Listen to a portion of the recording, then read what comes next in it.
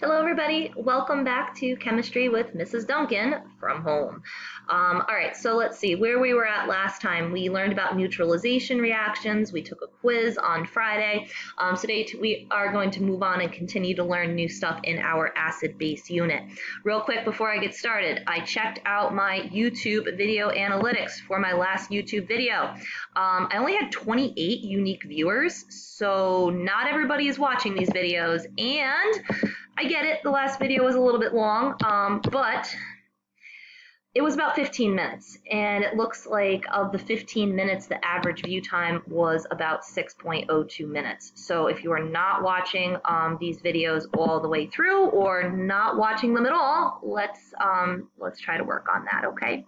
All right, so with that being said, let's move forward. Let's get started with the next part of our acid-base unit, which is acid-base indicators, and I will try to keep this a little bit shorter since clearly most of us do not enjoy watching 15 minutes videos of chemistry with me, so I'll try to keep it shorter.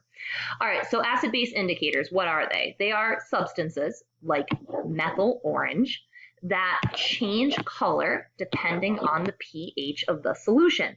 So for example, methyl orange, if the solution is an acid, depending on the pH of that acid, it should appear red.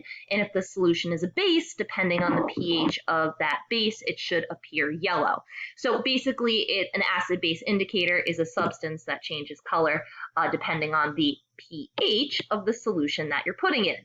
So this also represents different solutions with different pHs that have methyl orange in them. So what you can kind of tell from this chart is if the pH is less than 3, the solution is going to appear reddish in color. And then according to this chart here, if the pH is somewhere after 4, like 4.5 or so, the color should appear yellow. Any pHs within that range between like 3 and 4.5, I'm not sure exactly what the upper limit of that range is at this moment, but any solutions that have a pH between those ranges appear orange in color.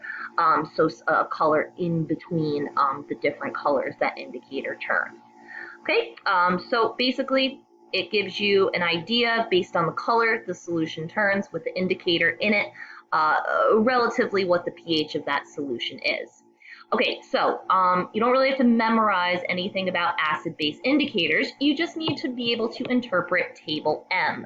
I'm going to warn you right now, if you're tuning out because you look at this and you say this is easy, don't. It is not as straightforward as you might think.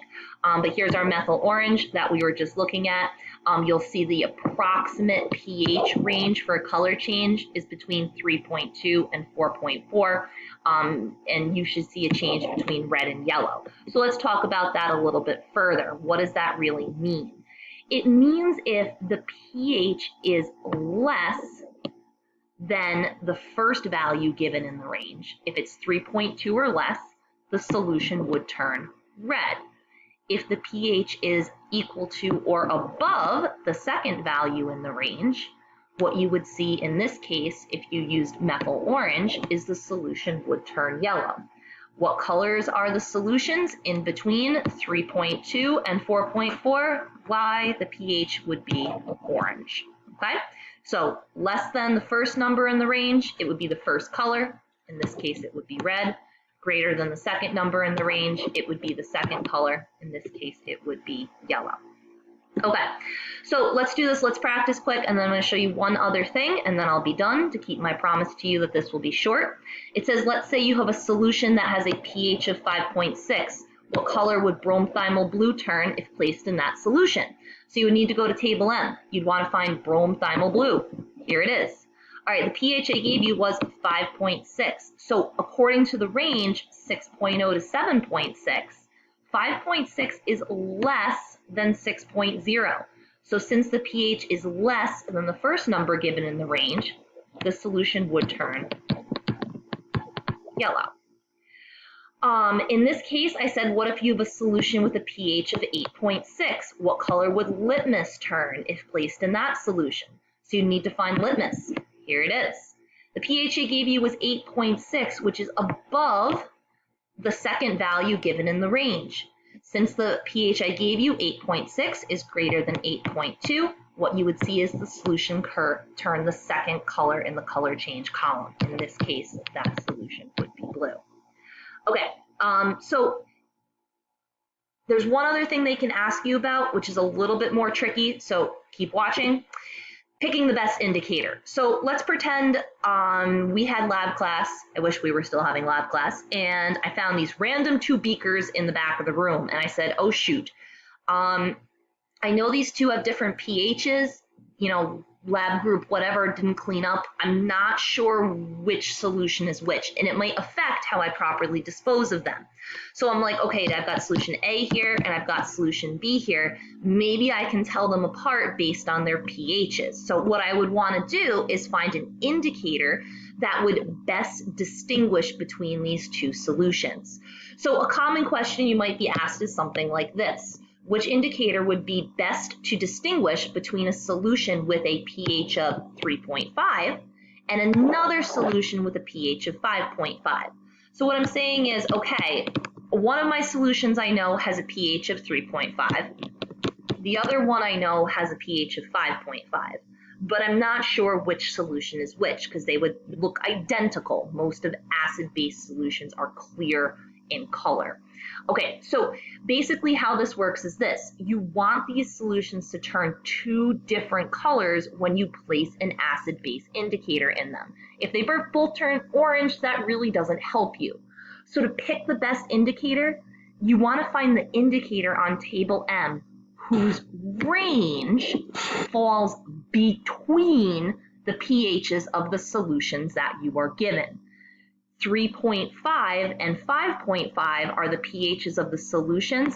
This 3.8 to 5.4 fits between those 2 pHs given.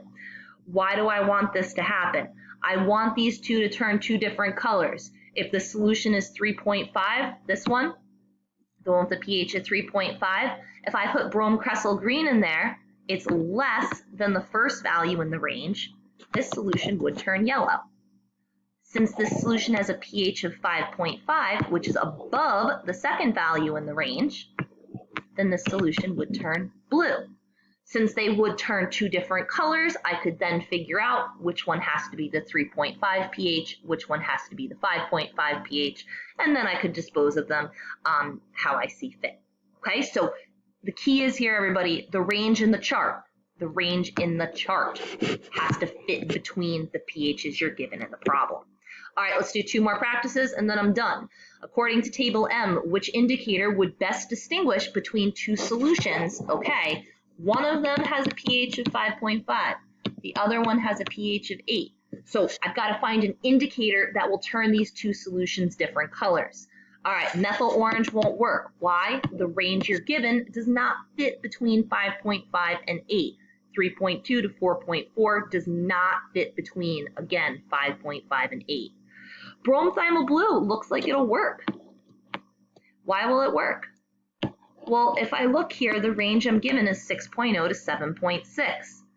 The first solution with a pH of 5.5, its pH is less than the first value in the range. This would turn yellow.